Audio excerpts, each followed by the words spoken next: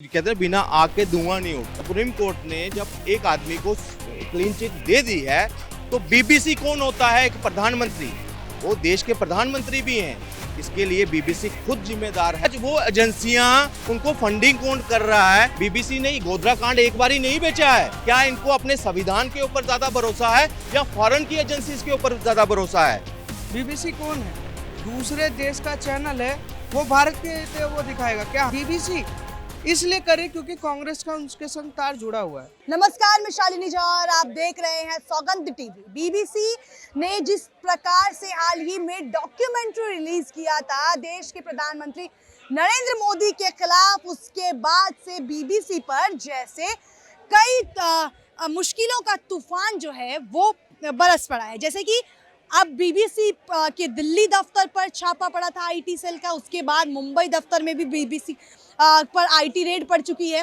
तो ऐसे में ये सवाल उठ रहा है कि क्या देश के चौथे स्तंभ यानी कि मीडिया पर कहीं ना कहीं अब बीजेपी का कब्जा हो गया है और जो बीजेपी के खिलाफ बोलेगा, चाहे वो देश की जनता हो या फिर कोई मीडिया, उस पर इसी तरीके से जो बीजेपी है वो शिकंजा कसेगी।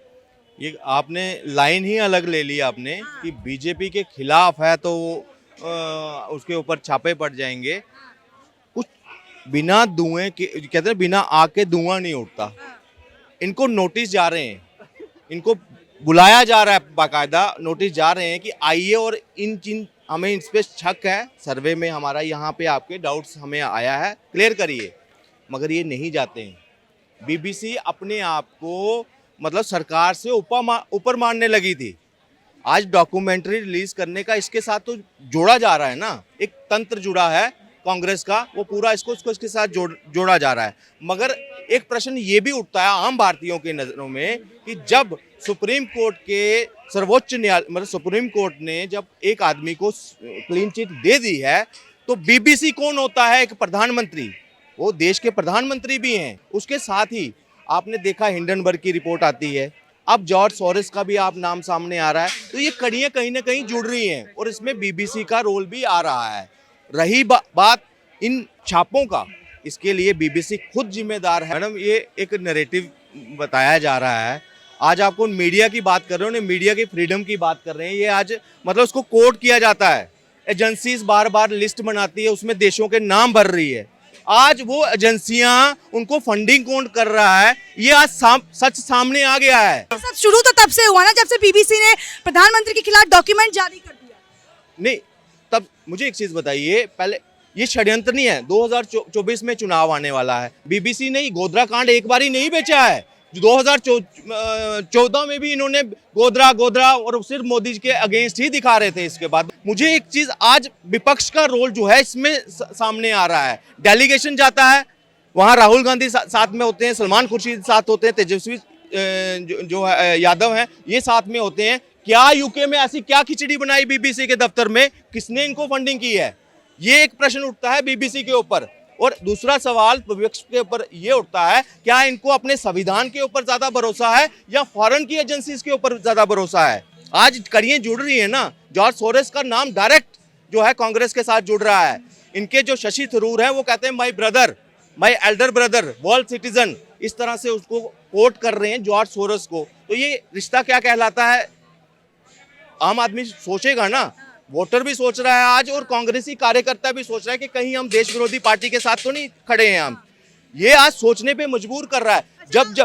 जब देश की सरकार को विपक्ष की जरूरत पड़ी, जब भाजपा विपक्ष में थी, हर वक्त सरकार के साथ खड़ी हुई। हर वक्त वो विपक्ष के नेता होते हुए अटल बिहारी वाजपेयी पाकिस्तान जाते हैं, कहीं ऐसे जिनेवा में जाते हैं और वहां रिप्रेजेंट करते थे उस वक्त कांग्रेस पार्टी को, साथ दिया ना। मगर जब कांग्रेस आती है, कांग्रेस जब विपक्ष की भूमिका निभानी होती है तो किसके साथ खड़ी होती है? देश विरोधियों के साथ। कभी चाइनीज आर्मी के फेवर में बयान देती है और वहां कहती है कि हमारे जवान पिट रहे हैं वहां पे, और वो पीट कर आ रहे हैं। तो ये मुझे बताइए, कांग्रेस का चरित्र सामने नहीं दिख रहा? आप कितने सहमत हैं? इन्होंने कहा है कि जो बीबीसी है उसने कई बार गोधरा कांड पर फिल्माने की कोशिश की है। तो ऐसा नहीं है कि प्रधानमंत्री का जो डॉक्यूमेंट उसने रिलीज किया था उसके बाद छापा पड़ा है। लेकिन कई लोग तो यही कह रहे हैं कि जो आईटी रेड हुई है, चाहे दिल्ली ऑफिस में हुई या मुंबई ऑफिस में, कहीं ना कहीं इसका मिला जुला जो हाथ है वो डॉक्यूमेंट से ही है। देखिए मैम, बीबीसी जो है, आज बीबीसी की जो एजेंडा है ना, उसमें हमारे देश में कांग्रेस फंसती हुई जा रही है और इस एजेंडा गद्दारी में वो देश के संग गद्दारी कर रहे हैं। बीबीसी कौन है?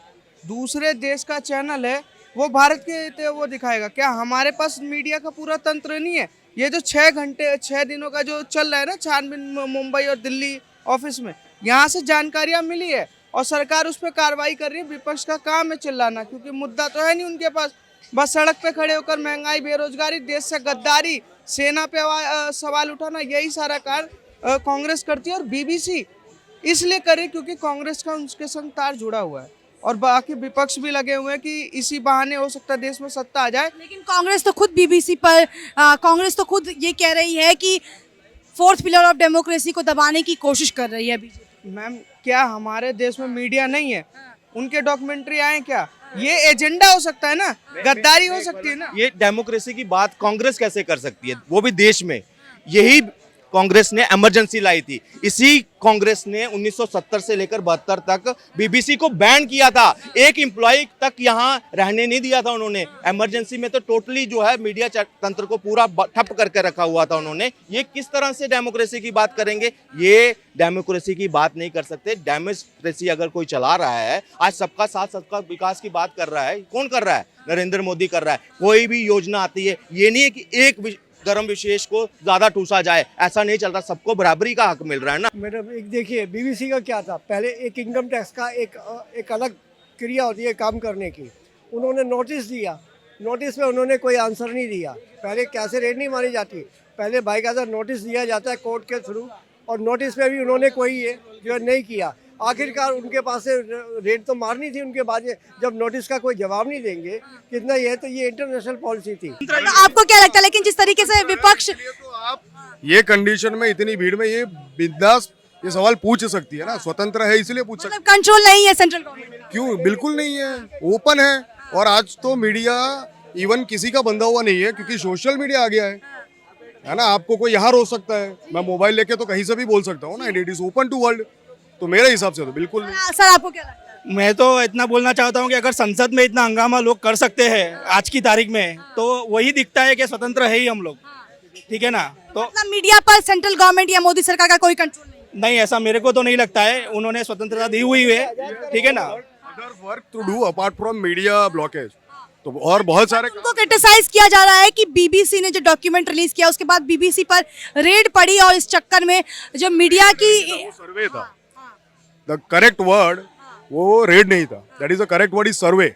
भी सर्वे तो कहीं पर भी हो सकता है ना, और होना भी चाहिए। वो तो अभी का नहीं है कोई। अगर आप देखने जाओ, अगर डेप्थ में देखोगे उसको, तो ये तो पहले से चल रहा था। पहले से वो लोग सर्चिंग कर रहे थे।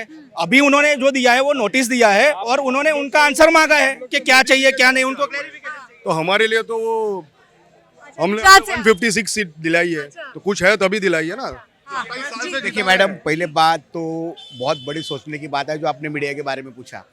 देखो, ये हमारा हिंदुस्तान है। हमारी हिंदुस्तान की मीडिया चाइना में जा सकती है क्या? नहीं जा सकती है। पाकिस्तान में जा सकती है क्या? नहीं जा सकती है। बांग्लादेश में जा सकती है क्या? नहीं जा सकती है। बीबीसी एक ब्रिटिश की मीडिया है यहाँ पर, और उसके यहाँ पे सर्वे हो रहे, तो हमारे अपोजिशन के लोग चिल्ला रहे। बताओ, इससे बड़ा दुर्भाग्य क्या हो सकता है एक फॉरेनर के लिए, इंडियन के लिए नहीं। अगर आपको कुछ हुआ तो मैं कुछ करूँ तो वो बात दूसरी आती है।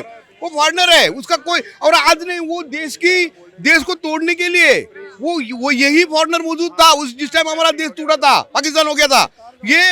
ये सब हमारे देश के जो ये अपोजिशन के लोग अब बोल रहे हैं कि अपोजिशन मजबूत होना चाहिए, लेकिन ये कारनामे ऐसे कर रहे हैं, इनको कौन मजबूत करेगा? क्यों हम अपने पाँव में कुराट मार देंगे? इसीलिए Modi ji one man show ही चल रहा है। नहीं, वो बैन नहीं कर सकते कोई, कहीं ना कहीं से कोई भी देख सकता है। तो लेकिन ये एक इट वाज अ जेस्चर कि this is not welcomed in India. आपकी जो प्रोपेगेंडा डॉक्यूमेंट्री है वो वेलकम नहीं है। अगर किसको देखना है तो वो कहीं से भी वीपीएन से दे सकता है, there is no issue, right. ये इसी का वो रेप्लिकेशन है कि लोगों ने यहाँ पे उसको अपोज किया और नहीं चलने दिया। जो झूठ था, जो मॉडिफाइड चीज़ें उन्होंने वहाँ पे बताई है, जो इंडियंस ने उसको नकार दिया है, और इसी का ये रिजल्ट है कि ये लोग अभी ऐसा बोल रहे हैं कि हम लोग ऐसा हमारी स्वतंत्रता के ऊपर ये जोर कर रहे हैं। चलिए, तो ये हमारे साथ जनता जुड़ी हुई थी जिसे जानने की कोशिश की क्या वाकई में जिस तरीके से बीबीसी पर आईटी रेड पड़ा है उसके बाद क्या वाकई मोदी सरकार जो है वो मीडिया यानी कि जो फोर्थ पिलर ऑफ डेमोक्रेसी है उस पर कहीं ना कहीं अब अपना शिकंजा कस रही है। क्या मीडिया इन दिनों बीजेपी के कंट्रोल में है या नहीं, ये हमने इन लोगों से जानने की कोशिश की। इनकी क्या राय है ये आपने सुना। तो हाजिर होंगे एक नए मुद्दे एक नए वीडियो के साथ फिर, तब तक के लिए मुझे दीजिए इजाजत। देश और दुनिया की तमाम बड़ी खबरों के लिए आप सौगंध टीवी को लाइक शेयर और सब्सक्राइब करें। धन्यवाद। कैमरा पर्सन प्रचलन के साथ शालिनी झा, दिल्ली, सौगंध टीवी। आप देख रहे हैं सौगंध टीवी, सौगंध वतन की।